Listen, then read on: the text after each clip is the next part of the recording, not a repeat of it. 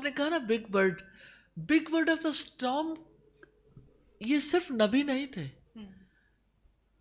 کوئی بھی big bird of the storm ہو سکتا ہے جو نبیوں کے راستے پہ چلے. طریقہ کار کا جو معاملہ ہے، ان کی پیدائش کا معاملہ وہ ایک ہی وقت میں ہوا تھا آسمانوں پہ. اس کے بعد جسم انہیں اپنے اپنے وقت پر دیا گیا. یعنی جب کسی آپ یہ دیکھیں نبی صلی اللہ علیہ وسلم سے کسی نے پوچھا بچے کی گناہ کیا ہے، آپ نے فرمایا مہا کفی صدرک، جو تیرے سینے میں کھٹک جائے، اللہ سبحانہ تعالیٰ کو یاد کرنے کا. اور جس کو آپ دوسروں کے سامنے کرنے سے ربک اذا نسیت. سورہ الکہف میں اللہ تعالیٰ کہتے ہیں اپنے رب کو یاد کرو جب آپ بھول جاؤ. استاد میرا کوشچن ہے عالم ارواح کے بارے میں، کہ یہ اس کا کیا کانسیپٹ ہے کہ دنیا میں آنے سے پہلے روحیں ایک دوسرے سے ملی تھی، اس کی وجہ سے آپ کچھ لوگوں سے کنیکٹ کرتے ہیں اور کچھ لوگوں سے نہیں کرتے، کیا اس کی کوئی وہ ہے؟ Very interesting. مریم کا ایک دفعہ پہلے بھی سوال روح کے بارے میں تھا، تو مجھے لگتا ہے آپ کو حافظ ابن قیم کی کتاب الارواح پڑھ لینی چاہیے. ایک کتاب الارواح ہے اور ایک ہادی الارواح، دو کتابیں ہیں. اس کا اردو ٹرانسلیشن بھی شائع ہو چکا اور پڑھنے کا بڑا فائدہ ہوتا ہے، کیونکہ ہمارے اسکالرز نے جو کام کیا بہت عمدہ. لیکن جو آپ نے بات کی اس کا جواب میں دے دیتی ہوں. نبی کریم صلی اللہ علیہ وسلم نے فرمایا کہ روحیں لشکروں کی طرح ہیں، اور وہ بھی تیار باش لشکر، جن کی ملاقات عالم ارواح میں، یعنی جب روحیں پیدا کی گئیں وہاں جن کی ملاقات ہوئی تھی، باہمی تعارف ہوا تھا، وہی دنیا میں بھی آپس میں ملتے. تو یہ ریالٹی ہے، اس میں کوئی شک نہیں ہے. کیا اللہ سبحانہ تعالیٰ نے قرآن مجید میں نہیں فرمایا کہ ہم نے آدم علیہ السلام کی پشت سے ان کی نسل کو نکالا؟ تو اللہ سبحانہ تعالیٰ نے جب روحیں پیدا کی تھیں تو جو لوگ اس وقت آپس میں واقف ہوئے تھے نا، تو بعد میں بھی انہیں کی، یعنی لوگ کہتے ہیں نا اچھا، یعنی ایک دوسرے سے جب تعلق جڑتا ہے کہ ہم آپس میں کہیں ملے ہوئے ہیں. کچھ لوگ ہمیں بالکل کلوز لگتے ہیں، کلوز ٹو دا ہارٹ، اور کچھ لوگ ایسے ہوتے ہیں جن کے ساتھ ہمارا شاید اس طرح سے کنیکشن نہیں جڑتا. تو روحوں کا جو معاملہ ہے، ان کی پیدائش کا معاملہ وہ ایک ہی وقت میں ہوا تھا آسمانوں پہ. اس کے بعد جسم انہیں اپنے اپنے وقت پر دیا گیا. یعنی جب کسی کے ہاں بیبی پیدا ہوتا ہے، بچے کی بنیاد پڑتی ہے، تو پھر اس میں روح جب پھونکی جاتی ہے تو وہ وہی والی روح ہوتی ہے جو ایک ہی وقت میں پیدا ہوئی تھی. تو یہ بات بھی سچ ہے کہ اللہ نے ہم سے عہد لیا تھا اس وقت، اور نبی پاک صلی اللہ علیہ وسلم نے سب سے ملاقات کی تھی، یہ بات؟ جی بالکل، اس کو قرآن مجید میں اس کا تذکرہ ملتا ہے. جی، اور پوچھا تھا الستُ بربکم، کیا میں تمہارا رب نہیں ہوں؟ تو سب نے کہا تھا کیوں نہیں، اللہ تعالیٰ ہی ہمارے رب ہیں. تو یہ عہد الست ہے جو اللہ سبحانہ تعالیٰ نے ہمارے شعور میں رکھ دیا. اللہ نے ہمیں فری ول دی ہے، لیکن اس عہد کی یاد ہمارے اندر ہے، جس کی وجہ سے ہمارا نیکی کی طرف رجحان ہوتا ہے، جس کی وجہ سے ہمارے لیے یعنی وہ سب چیزیں شاید ہمارے بیک آف مائنڈ پہ ہیں، لا شعور میں ہیں. لیکن یہ ہے کہ وہ جب بھی کوئی سچویشن ہوتی تو ہمارے دل کے اندر سے کسی برائی کے لیے جب کوئی یعنی ایک انڈیکیشن ہوتی ہے نا، یہ بھی اسی عہد کی وجہ سے ہے جو عہد آسمانوں پر ہوا تھا. کیونکہ آپ یہ دیکھیں نبی صلی اللہ علیہ وسلم سے کسی نے پوچھا گناہ کیا ہے، آپ نے فرمایا مہا کفی صدرک، جو تیرے سینے میں کھٹک جائے، اور جس کو آپ دوسروں کے سامنے کرنے سے گریز کرو، تنہائی میں کر جاؤ. تو یہ جو سینے کی کھٹک ہے نا، that is the result of that covenant. اس عہد کی وجہ سے یہ کھٹک ہوتی ہے. جزاک اللہ. جزاک اللہ خیر. سر مسفرہ پوچھ رہی ہیں کہ دلوں کو اللہ تعالیٰ سے جوڑنے کی کوشش تو ہوتی ہے، لیکن پتہ نہیں کیا ایسی چیز ہے جو درمیان میں حائل ہو جاتی ہے کہ جس طرح دل کا تعلق اللہ تعالیٰ سے ہونا چاہیے ویسا نہیں ہوتا. اور ایک اور سوال بھی اگر اس کو بھی میں یہیں پہ ایڈ کر دوں کہ دل کے اوپر بہت زیادہ بوجھ محسوس ہوتا ہے کہ جو زندگی پچھلی گزاری ہے اس میں اتنا کچھ غلط کر دیا ہے کہ اب راستہ تھوڑا سا نظر بھی آتا ہے، روشنی، لیکن وہ یہ لگتا ہے کہ یہ روشنی کا دروازہ کھولیں گے تو پھر آنکھیں چدیں آ جائیں گی. تو کس طرح سے راستہ پکڑا جائے اور کیا سٹیپس لیے جائیں؟ اچھا، اب یہ دوسرے سوال کا جواب پہلے دے دیتی ہوں. وہ کہتا ہے ویسے یہ کانٹیکس فرق ہے، لیکن احمد فراز کہتا ہے خود کو یوں محصور کر بیٹھا ہوں اپنی ذات میں، منزلیں چاروں طرف ہیں راستہ کوئی نہیں، کیسے رستوں سے اور کہاں جائے فراز، یا ہجوم دوستاں ساتھ تھا یا کوئی نہیں۔ اب یہ میں نے جو بات اس وقت آپ سے کہنی ہے نا، وہ یہ کہ انسان سم ٹائمز اپنی سوچوں کی وجہ سے، اوور تھنکنگ کی وجہ سے ایسی حالات میں گرفتار ہو جاتا ہے کہ اسے پتہ نہیں چلتا کہ میں اب کیا کروں۔ جو ہماری جنریشن ہے نا، اگلی جنریشنز ہیں، وہ بہت زیادہ ڈیجیٹل ایج کے اثرات جن پر زیادہ ہو گئے۔ صبح آنکھ کھلتی ہے اور اس وقت سے نوٹیفیکیشنز دیکھنا، ڈی ایمز دیکھنا، اسکرولنگ جو ہے وہ اللہ سبحانہ تعالیٰ کے لیے اٹھ کے وضو کرنے سے پہلے اسکرولنگ شروع ہو جاتی۔ آج کا کوئی میسج، آج کی کوئی خبر، اور آپ سوچیں کتنے لوگوں کی نماز قضا ہو جاتی، جو بہت پکے نمازی ہوتے ہیں وہ بھی، کیونکہ آپ کو پتہ ہی نہیں چلتا کہ آپ کرتے کرتے کہاں جا پہنچے۔ تو آپ سوچیں جس نے اللہ سبحانہ تعالیٰ کے ساتھ کنیکشن موڈ میں جانے سے پہلے آپ نوٹیفیکیشن موڈ میں چلے گئے، تو ایسی صورت میں ظاہر ہے کہ پھر دل بھی تو وہیں اٹکے گا نا۔ ایسا ہوتا ہے کہ بہت ساری چیزیں آج کے دور کے لحاظ سے جو بہت بڑی رکاوٹ بن گئی کہ آپ ہر ایک ہاتھ میں موبائل ہے، ہر کوئی، اچھا پھر اس موبائل میں آپ کا الارم بھی، گھڑیاں ریپلیس ہو گئیں۔ اچھا پھر آپ یہ دیکھیں کہ آپ نے موسم کا حال دیکھنا ہے، آپ نے کوئی خبر پڑھنی ہے، آپ نے اخبار ختم ہو گئے، نیوز آپ نے سننی ہے، آپ کے کتنی چیزوں کو، ہر ایک چیز کو ریپلیس کر گیا موبائل۔ ایک موبائل میں سب کچھ آ گیا۔ کمپس اسی سے دیکھ لو، آپ نے قبلہ دیکھنا ہے، آپ نے کوئی دعا دیکھنی ہے، آپ نے کوئی چیز دیکھنی ہے، آپ نے گوگل سرچ کرنا ہے، کچھ بھی anything۔ تو آپ کی نا زندگی، ایسا لگتا ہے زندگی اسی کے اندر آ گئی، جس کی وجہ سے آپ آپ جلدی ڈی ٹریک ہو جاتے ہو۔ یہ صرف بچے نہیں، بڑے بھی ڈی ٹریک ہو جاتے ہیں۔ آپ کو پتہ نہیں چلتا کہ آپ نے ایک چیز دیکھی، ساتھ میں دوسری دیکھی، تیسری دیکھی، فون اٹھایا تھا کسی کو کال کرنے کے لیے، بھول گئے کال کرنی، آپ نے کسی کا میسج دیکھنا تھا، کچھ اور میسج نظر آ گیا، آپ کا دل ادھر چلا گیا، آپ کو صبح پتہ چلا اوہو پاکستان انڈیا کے درمیان تو ٹینشن چل رہی ہے۔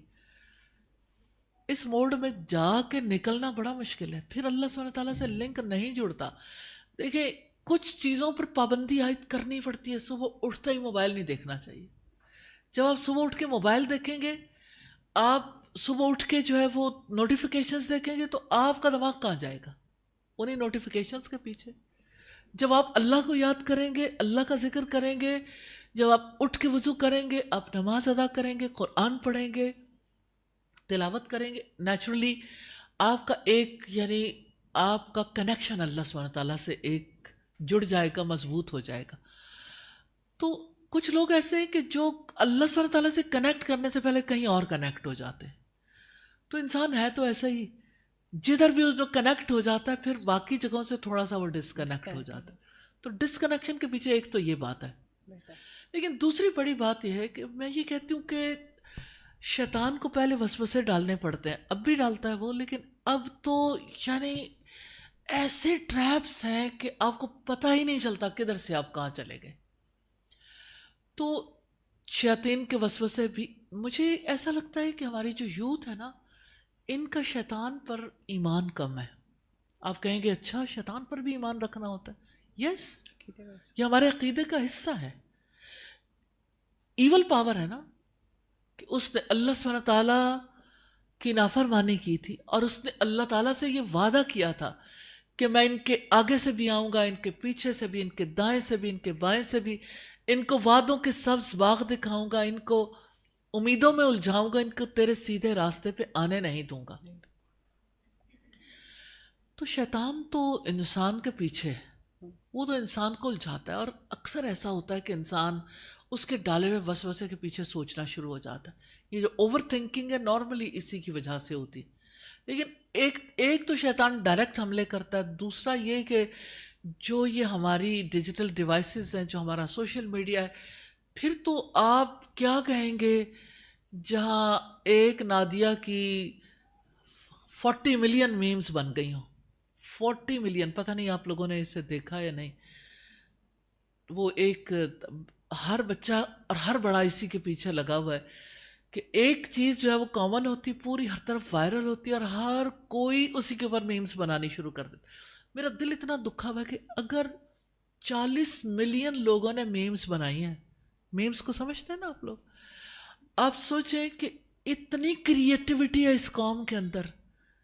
40 ملین لوگوں تک اللہ کا پیغام پہنچ سکتا تھا. اللہ سبحانہ تعالیٰ کی ذات کا تعارف 40 ملین لوگوں تک اگر روز کروانے لگے تو کس طرح سے کنیکشن جڑے گا. تو کوئی بھی اسے برا نہیں سمجھتا، بڑا ہو یا چھوٹا، انجوائے کرتے ہیں، سارے میمز دیکھتے ہیں، ایک دوسرے سے شیئر کرتے ہیں. پھر بہت ساری ایسی چیزیں ہیں. اصل میں جو برائی ہے اس کے بارے میں یہ نہیں سوچتے کہ یہ چیز سب سے کے ساتھ شیئر نہیں ہونے والی ہے. نیکی کے بارے میں ہم ویسے اپنا دائرہ کار میں بڑا لمیٹڈ کر لیتے ہیں، بس ساتھ والے کو بتا دیں گے، گھر والے کو بتا دیں گے. شاید نیکی کے پھیلاؤ کے بارے میں، کیونکہ پھر وہی والی بات آ جاتی ہے کہ جیسے ہی آپ اپنے سرکل میں تھوڑا بتانا شروع کرتے ہیں اور لوگوں کو اللہ کی طرف بلانا شروع کرتے ہیں تو انگلیاں آپ کے اوپر بھی اٹھنا شروع ہو جاتی ہیں، جو آپ ہمیشہ کہتی ہیں. تو میرے خیال میں استاذہ انسان نیکی کرتے ہوئے بڑا لمیٹڈ کانسیپٹ پہ چلا جاتا ہے، برائی کرتے ہوئے بہت وائرل اسی لیے شاید زیادہ ہو جاتا ہے.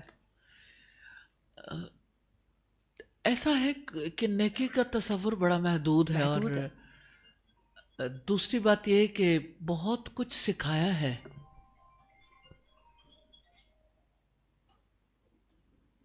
بہت کچھ سکھایا ہے. مثال کے طور پر آپ کا جو موبائل کمپنیز ہیں، تو میں یہ کہتی ہوں کتنا پلیز موبائل یوز نہیں کیجیے گا.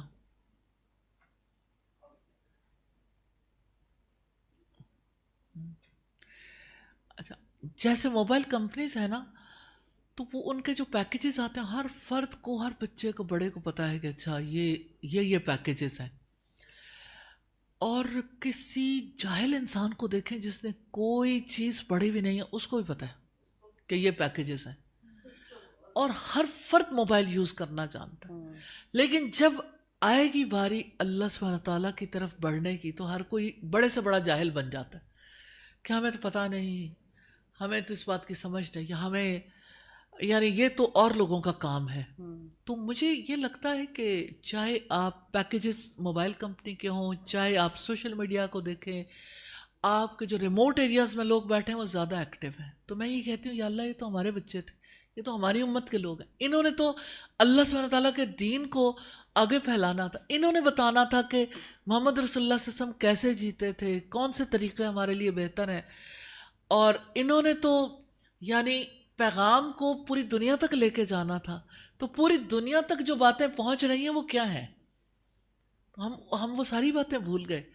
تو یہ تکلیف ہے جو اپنے بچوں کے حوالے سے ہمیں لاحق ہے کہ بجائے اس کے کہ بچے اللہ سبحانہ تعالیٰ سے انٹروڈیوس کریں، اللہ تعالیٰ کے ساتھ کنیکٹ کریں، کچھ اور چیزوں سے کنیکٹ ہو گئے. یہ جو روشنی آتی ہے اور بجھ جاتی ہے، اس کی مثال ایسے ہے جیسے نمرود کے دربار میں ابراہیم علیہ السلام گئے تو نمرود نے یہ پوچھا تھا تیرا رب کون ہے؟ تو ابراہیم علیہ السلام نے کہا میرا رب وہ ہے جو زندہ بھی کرتا ہے اور مارتا بھی ہے، یعنی زندگی اور موت کا مالک. تو اس نے 2 قیدی بلوائے، ایک کو آزاد کر دیا، ایک کا سر قلم کر دیا. کہنے لگا دیکھو میں بھی زندگی اور موت کا مالک ہوں. کون نہیں جانتا زندگی اور موت کے مالک ہونے کا کیا مطلب. پھر اس کے بعد یہ ہوا کہ ابراہیم علیہ السلام نے کہا میرا رب تو سورج کو مشرق سے نکالتا ہے، تم مغرب سے نکال کر دکھا دو.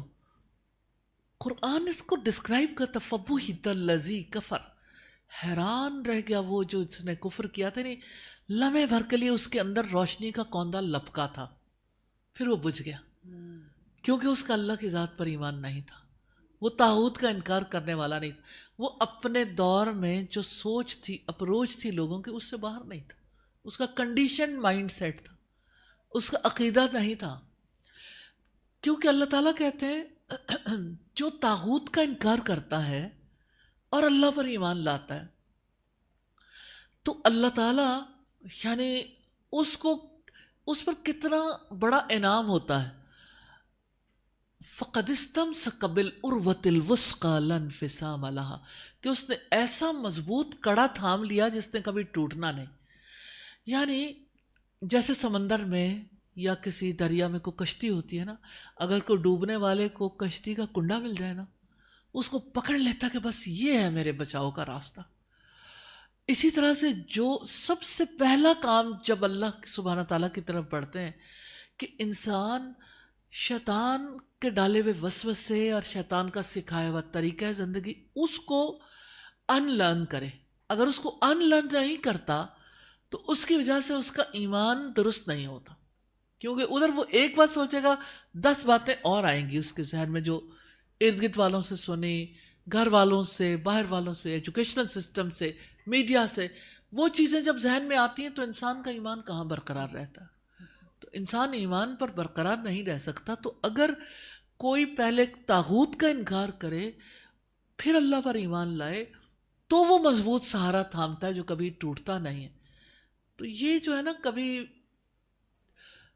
پھسلنا، کبھی رک جانا، کبھی چل پڑنا، اس کی مثال بھی اللہ تعالیٰ نے قرآن مجید میں دی ہے. یہ نفاق کی علامت ہے کہ او کصیب من السماء، یا جیسے آسمان سے موسلا دھار بارش ہو جس میں گرج چمک بھی ہے. جب کبھی ان پر بجلی چمکتی ہے چل پڑتے ہیں، تھوڑی سی روشنی، اور جب اندھیرا ہوتا ہے رک جاتے ہیں. تو یہ نفاق کی علامت ہے.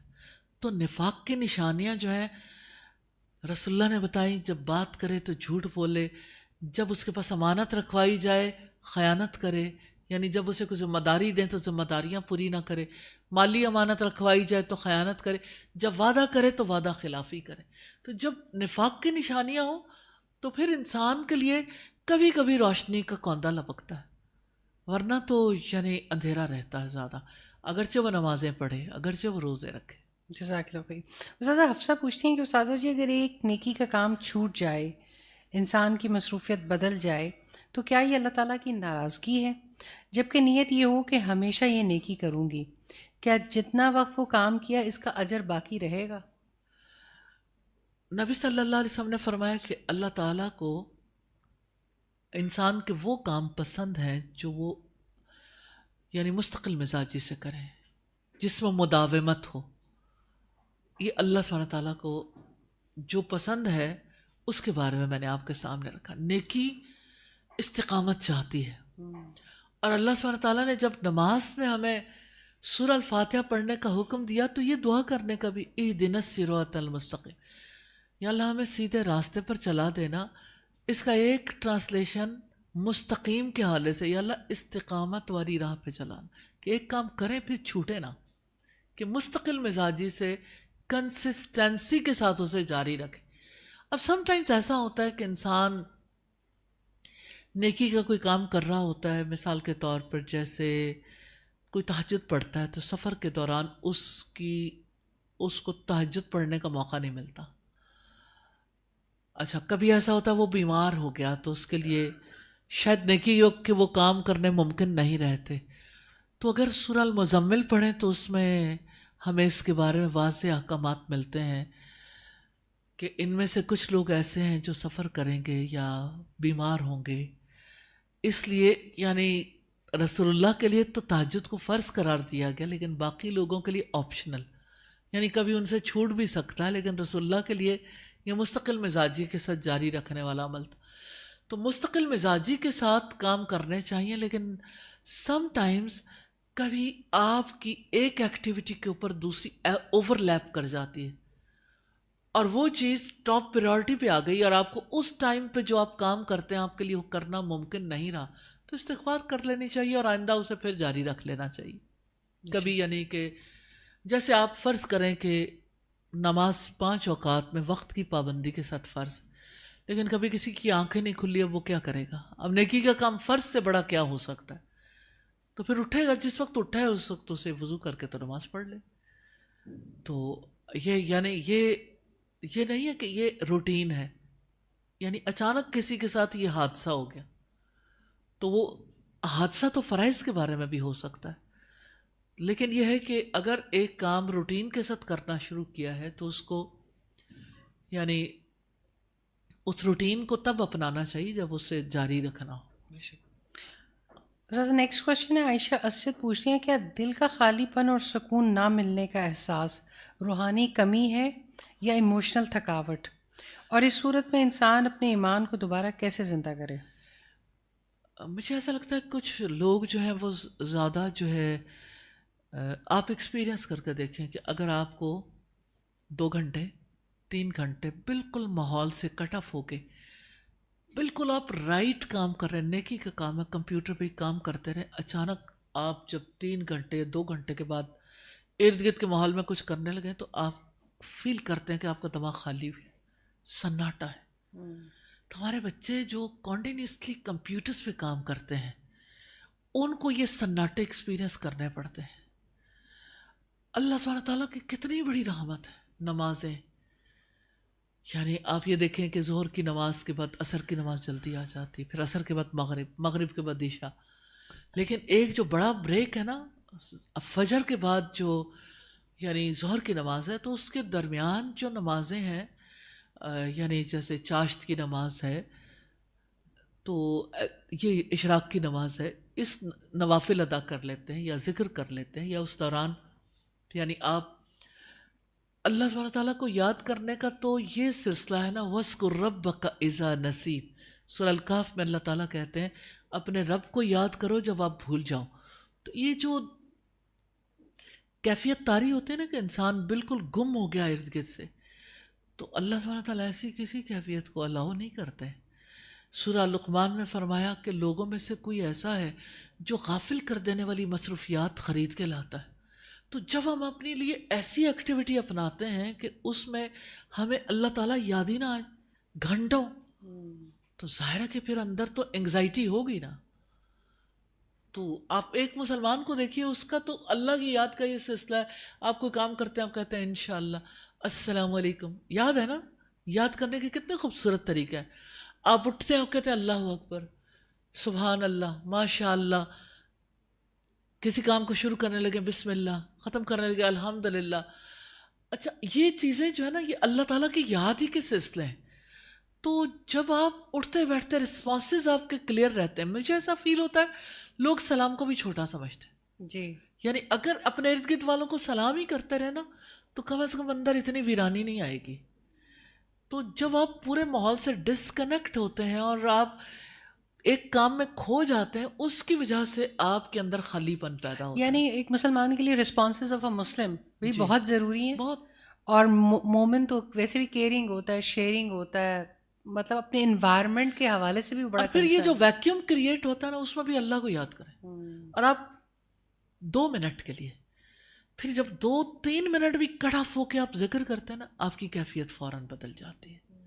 لیکن اونچی آواز سے آپ ذکر کرتے ہیں یا آپ دل میں بھی ذکر کرتے ہیں، آپ کی کیفیت بدلتی ہے. تو ضرور جب بھی موقع ملے سبحان اللہ، الحمدللہ، لا الہ الا اللہ، اللہ اکبر، استغفر اللہ، لا حول ولا قوت الا باللہ، الحمدللہ. اور سازا ایک بات آپ ہمیشہ کہتی ہوتی ہیں، خدمت کر مخدوم تھی سے. جی، یعنی انسان ایک دوسرے کے لیے ذرا کیئرنگ ہوتا ہے. ابھی جیسے ہمارے بچے بھی ہیں گھر میں، اور بہت مائیں یہ کمپلین کرتی نظر آتی ہیں کہ بچے اب آئسولیشن میں زیادہ رہنا پسند کرتے ہیں، ڈارک لائٹس رکھتے ہیں، بلا وجہ رشتہ داروں سے ملنا نہیں چاہتے ہیں، ورک پلیسز پہ وجہ کے ساتھ بھی نہیں ملتے، یعنی مشکل ہوتا ہے.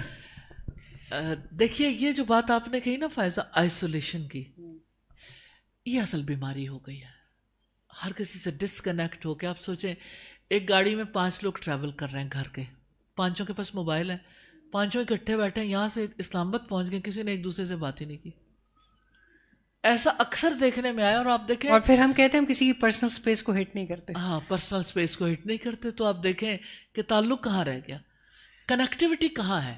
یعنی آپ یہاں بیٹھے، تعلق ہے کسی دوسرے ملک میں کہیں کسی. اور اگر کوئی انٹرفیئر کرتا ہے اس کو پھپھو بنا دیتے ہیں. ہاں صحیح. دیکھیے everyone knows the character of a پھپھو. نہیں، کیریکٹر آف اے پھپھو جو ہے نا، مجھے لگتا ہے اس میں ہم ساری سوسائٹی شریک ہے. جی بالکل. کیونکہ آپ دیکھیں ایک رشتہ خراب ہوتا ہے نا تو آپ میں سے کون پھپھو نہیں ہے؟ ہر کوئی ہے. لیکن پھپھو کی جب بات آئے گی نا تو لگتا ہے کوئی اور پھپھو ہے. اچھا، اب وہ پھپھو کا کیریکٹر اتنا زیادہ بگاڑ دیا گیا. میں کہتی ہوں اس سے بڑا تیشہ کیا ہے کسی سوسائٹی میں، کسی کے پاس کیا ہے کہ وہ اتنا بڑا تیشہ چلائے. اللہ سبحانہ تعالیٰ کہتے ہیں وَيَقْطَعُونَ مَا أَمَرَ اللَّهُ بِهِ أَن يُوصَلَ، کہ وہ ان رشتوں کو کاٹ ڈالتے ہیں جن کو اللہ تعالیٰ نے جوڑنے کا حکم دیا. تو یہ بھی کاٹنے کا ایک طریقہ ہے. سوشل میڈیمز کے تھرو کس طرح سے رشتے کاٹے گئے.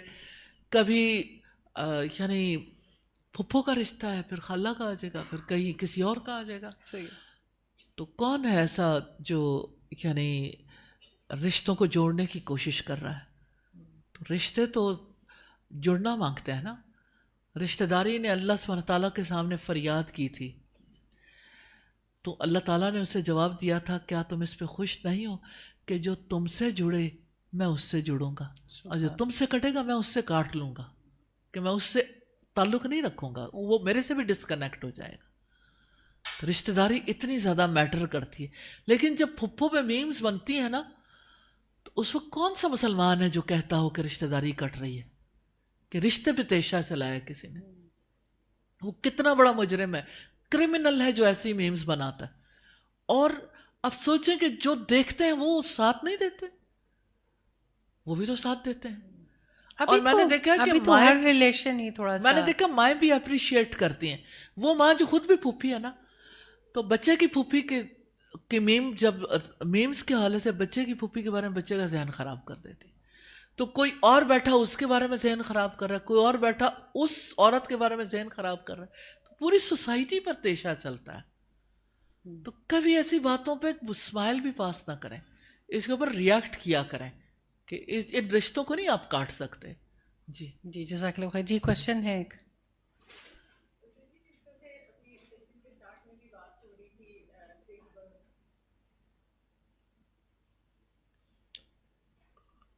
Big bird of the storm, ہم اپنے ہیروز کو دیکھتے ہیں، پروفٹس کو اور اسلاف کو. تو یہ ہے کہ سچی کیا یہ درست ہے کہ رسول اللہ صلی اللہ علیہ وسلم نے جب تربیت کی تھی تو مکہ میں عقیدہ اور عبادات اس کی بیس بن گئی تھی صحابہ اکرام کی، اور جب وہ مدینہ میں آئے تھے آپ صلی اللہ علیہ وسلم ترغیب دیتے ہوئے نظر آتے ہیں کہ اگر تم جہاد کی پہلی صف میں لڑو گے تو اتنی ہزار عبادت کے سے زیادہ بہتر ہے. علم سکھانے کے بارے میں بھی، دعوت دینے کے بارے میں بھی تو کو ریلیٹ کر کے بتاتے ہیں کہ اتنی نوافل ادا کرنے سے بہتر ہے، اتنے روزے رکھنے سے بہتر ہے. تو ہمیں کہیں یعنی عقیدہ اور عبادت کی وہ جو بیس اتنی اسٹرانگ ہونی چاہیے، اس میں کمی ہوتی ہے جس کی وجہ سے ہم اسٹرانگ نہیں رہ پاتے. ڈرابے اچھی بات کہی آپ نے. بات یہ ہے کہ نماز تو فرض ہوئی مدینہ میں آ کے، آلموسٹ مکی زندگی کے آخر میں نا. روزہ مدینہ میں آ کے فرض ہوا، آپ کا حج مدینہ میں آ کے فرض ہوا، آپ کی زکوٰۃ مدینہ میں آ کے فرض ہوئی. مکی زندگی میں اصل میں جو کام ہوا تھا وہ عقیدے پہ ہوا. اس کے ساتھ ظاہر ہے کہ صلہ رحمی بھی ہے، باقی معاملات بھی، لیکن عقیدے پہ، اللہ کی ذات کے ساتھ ڈیپ کنیکشن پہ، مضبوط تعلق پہ، آخرت کی مضبوط جواب دہی، اور رسول اللہ صلی اللہ علیہ وسلم کی ذات پر یقین بحیثیت رہنما کے مان، اور قرآن مجید کے ساتھ تعلق، اور پچھلی الہامی کتابوں کے ساتھ، اور فرشتوں کے ساتھ، اور اللہ کی تقدیر پر ایمان. یہ چیزیں تھیں جن کے اوپر زیادہ ورک ہوا. تو عقیدہ فاؤنڈیشن ہے نا. اور دوسری بات یہ جو آپ نے کہا نا big bird of the storm, یہ صرف نبی نہیں تھے، کوئی بھی big bird of the storm ہو سکتا ہے جو نبیوں کے راستے پہ چلے. طریقہ کار ہے یہ کہ آپ، اللہ تعالیٰ نے ہمارے لیے مثال رکھی ہے جانوروں میں بھی، پرندوں میں بھی، جو بھی ان ساری آندھیوں طوفانوں میں، فتنوں میں ان سے اوپر اڑ جاتا ہے، تو اس کے لیے بچنے کا سامان پیدا ہو جاتا ہے. جیسے ایسا اکثر ہوتا ہے کہ کوئی لاجک ایسی مل جاتی ہے، جیسے آج یہ بہت موٹیویشنل بات لگی الحمدللہ، تو آپ کچھ عرصے تک ہر بات میں وہ آپ کو ایک لاجک ملتی ہے، ایک روشنی، ایک دلیل، لیکن کچھ عرصے کے بعد وہ والی چیز پیچھے چل جاتی ہے. ہونا تو یہ چاہیے کہ اس سے زیادہ بہتر آ جائے، آپ اگلے اسٹیپ پر چلے جائیں، اس سے زیادہ بہتر پھر اگلے اسٹیپ پر چلے جائیں، تو وہ سر جی یہ نہیں ہو پاتا. مطلب وہ دلیل موٹیویشن کا باعث بنتی ہے آپ کے لیے. دیکھیں یہ ایک مائنڈ سیٹ ہے جس میں ایک نئی چیز جگہ لیتی ہے نا تو پچھلی چیز نکل جاتی. بعض اوقات یہ کہ آپ اس کو ضرور چیک کریں. سم ٹائمز ایسا ہوتا ہے کہ آپ نا قیمتی چیزوں کو سنبھال کے نہیں رکھتے ہو. مثال کے طور پر دیکھیں، جس کو عادت ہوتی ہے نا کہ اپنے جیولری سنبھال کے رکھنی ہے، پیسہ سنبھال کے رکھنا ہے، آپ نے اپنی پراپرٹی کے پیپر سنبھال کے رکھنے ہیں, آپ نے ڈاکومنٹ سنبھال کے رکھنے ہیں. تو آپ دیکھیں کہ بچپن سے چیزیں سنبھال کے رکھنی سکھائی جاتی ہیں نا بچوں کو, تو اس کی وجہ سے آپ کو نیکیاں بھی سنبھال کے رکھنے کی عادت ہو جاتی ہے, وہ بھی سیکھنی پڑتی ہے, اور اس کو زندگی بھر ساتھ لے کے چلنے کی بھی عادت ہو جاتی. آپ کی ماں نے آپ کو ہو سکتا ہے زندگی کی کسی سٹیج پہ ایک انگوٹھی پہنائی ہو, آج بھی آپ کے پاس وہ انگوٹھی ہوگی, تو وہ نیکی جو آپ نے بچپن میں سیکھی تھی وہ آج آپ کے ساتھ کیوں نہ ہو, وہ چیز جو آپ کے لیے ایک دفعہ موٹیویشن بنی وہ آئندہ کیوں نہ. ہاں یہ ہوتا ہے, مدھم ہو جاتی ہے, کبھی ایک چیز ایک وقت میں بہت متاثر کرتی ہے, پھر وہ جب موقع آتا ہے تو وہ پھر پاپ اپ ہو جاتی ہے, وہ اندر ہی ہوتی ہے لیکن پاپ اپ ہوتی ہے. تو جو انسان نیکی کی باتوں کو دوسروں تک پہنچاتا رہتا, اس کے ذہن سے نیکیاں ختم نہیں ہوتی اور باتیں بھولتی نہیں. یہ تب بھولتی ہیں جب ایک انسان سٹور بن جاتا ہے, تو سٹور میں تو بہت ساری چیزیں گم ہو جاتی ہیں, دب جاتی ہیں, جی دب جاتی ہیں. دب جاتی ہیں. ہاں, تو اسی لیے اللہ تعالیٰ نے امت مسلمہ سے یہ کام لیا ہے کہ وہ جو بھی یعنی خیر اور بھلائی کی چیزیں ان تک پہنچیں وہ دوسروں تک پہنچائیں. تو جو تذکرہ کرتا ہے نا, ان ہذہ تذکرہ, تذکرہ کرنے والے سے وہ چیزیں نہیں چھوٹتی. جی جزاک اللہ خیر استاذہ. مغرب کا وقت بہت ہی قریب آ گیا, اور انشاءاللہ نیکسٹ ٹائم بھی ہم جی 3 سے 5 بجے تک سیشن کیا کریں گے, کیونکہ مغرب اور پیچھے آتی چلی جا رہی ہے. فائزہ, میرا خیال ہے کہ ہم 3:30 سے 5 ہی رکھیں, 3:30 سے 3 5 o'clock نہیں, کیونکہ اتنا ہی لوگوں کے لیے نا. آج بھی ہم ملاقات ہوئی تو پتہ چلا کہ اسکول کے ٹائمنگز چینج ہو گئے, اور جب اسکول کے ٹائم چینج ہو گئے تو ظاہر بچوں نے گھر آنا ہے, باقی معاملات, تو 3:30 ہی رکھیں انشاءاللہ 3:30 سے. لیکن ہمیں تھوڑا سیشن اینڈ کلوز جلدی کرنا پڑے گا, کوئی بات نہیں, کیونکہ جو بھی مغرب گھر جا کے پڑھنا چاہے اس کے لیے آسانی ہو جاتی ہے. جزاک اللہ خیر استاذہ, بہت شکریہ آپ لوگوں کا بھی. السلام علیکم ورحمۃ اللہ وبرکاتہ. سبحانک اللہم و بحمدک, نشہد ان لا الہ الا انت, نستغفرک و